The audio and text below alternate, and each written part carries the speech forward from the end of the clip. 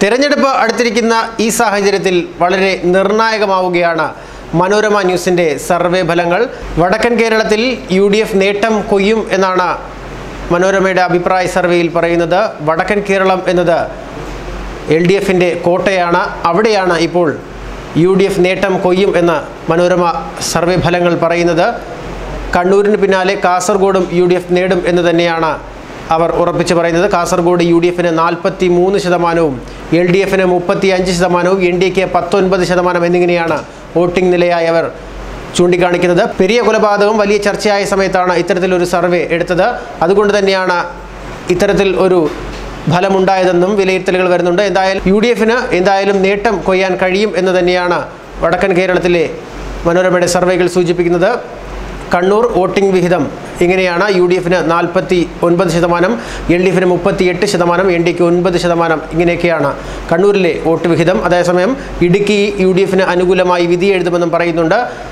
UDF 44%, LDF 39%, NDAക്ക് 9%മാണ് അവിടുത്തെ vote നില. എറണാകുളത്ത് മുൻതൂക്കം UDFനാണെന്നാണ് മനോരമ ന്യൂസിൻ്റെ അഭിപ്രായ സർവേ പ്രവചിക്കുന്നത്.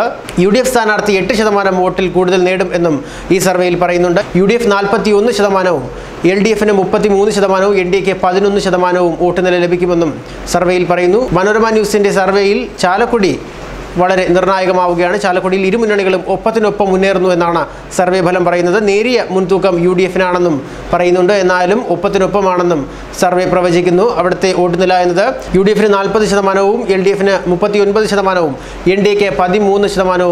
ഇങ്ങനെ പോകുന്നു അവിടുത്തെ വോട്ട് ശതമാനം. ആറ്റിങ്ങൽ മണ്ഡലത്തിൽ LDFന് മുൻതൂക്കമെന്നാണ് മനോരമ ന്യൂസ് അഭിപ്രായപ്പെടുന്നത്. LDFന് 44, UDFന് 38, NDAക്ക് 13. ഈ ഒരു ശതമാനത്തിലാണ് ആറ്റിങ്ങൽ മണ്ഡലത്തിലെ വോട്ട് നില. ആറ്റിങ്ങൽ മണ്ഡലത്തിൽ LDF തന്നെയാണ് മുൻതൂക്കമെന്ന് സർവേ പറയുന്നുണ്ട്. ആലത്തൂരിൽ UDFന് അട്ടിമറിയുടെ സൂചനകൾ നൽകിക്കൊണ്ടാണ് സർവേ ഫലങ്ങൾ വരുന്നത്. വോട്ട് വിഹിതം ഇങ്ങനെയാണ്: UDFന് 45%, LDFന് 38%, NDAക്ക് 13 എന്നിങ്ങനെയാണ് വോട്ട് നില. ആലപ്പുഴ മണ്ഡലത്തിൽ LDFന് മേൽക്കൈ ലഭിക്കുമെന്നും പറയുന്നുണ്ട്. ആലപ്പുഴയിൽ കനത്ത പോരാട്ടത്തിനൊടുവിൽ ഇടതുമുന്നണി നേരിയ മുൻതൂക്കം സ്വന്തമാക്കുമെന്ന് തന്നെയാണ് മനോരമയുടെ അഭിപ്രായ സർവേ പറയുന്നത്.